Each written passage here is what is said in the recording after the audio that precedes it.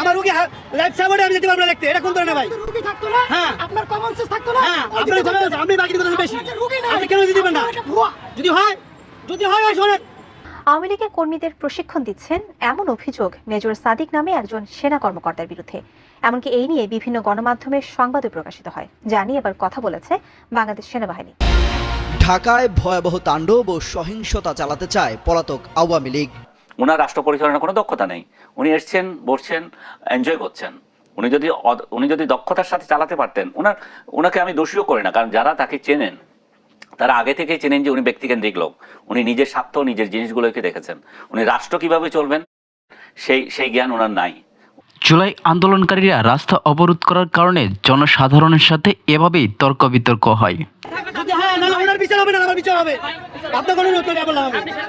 ওনারা উনি বাকি করে স্যার, কেউ বাকি করে নাই। জুলাই আন্দোলন এক যুবক বললেন, দীর্ঘ 1 বছর পার হয়ে গেছে, এখনো তারা জুলাই সনদ পায়নি। আমি তো চিন্তা করি আপনাদের সাথে তাহলে তো পরে যে কোনো সরকার এসে তাদেরকে সন্ত্রাসী বলে মামলা মোকদ্দমা দেবে। এখন কথা বলেন, দীর্ঘ 1 বছর পার হয়ে গেছে, এখন একটু বড় বড় কথা বলেন।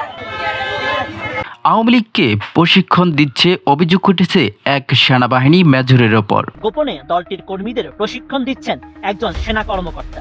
এমন অভিযোগ মেজর সাদিক নামে একজন সেনা কর্মকর্তার বিরুদ্ধে, যা সামাজিক মাধ্যম সহ দেশের বিভিন্ন গণমাধ্যমে সংবাদও প্রকাশিত হয়। সারা দেশে তাণ্ডব চালাতে চায় আওয়ামী লীগ। ঢাকা, দিল্লি, কলকাতা সহ বিভিন্ন জায়গায় দেয়া হয়েছে গোপনে প্রশিক্ষণ। আনিস আলমগীর সাহেব বললেন, ডক্টর মোহাম্মদ ইউনূস সাহেবের চালানোর কোনো অভিজ্ঞতাই নেই। ওনার রাষ্ট্র পরিচালনার কোনো দক্ষতা নেই। উনি এসছেন, বসছেন, এনজয় করছেন। উনি যদি দক্ষতার সাথে চালাতে পারতেন, ওনাকে আমি দোষীও করি না, কারণ যারা তাকে চেনেন। তিনি আরো বললেন, ইউনূস সাহেব তিনি যা করেন শুধুমাত্র তার সুনাম অর্জনের জন্যই করেন। তারা আগে থেকেই চেনেন যে উনি ব্যক্তিকেন্দ্রিক লোক। উনি নিজের স্বার্থ, নিজের জিনিসগুলোকে দেখেছেন। উনি রাষ্ট্র কিভাবে চলবেন সেই জ্ঞান ওনার নাই।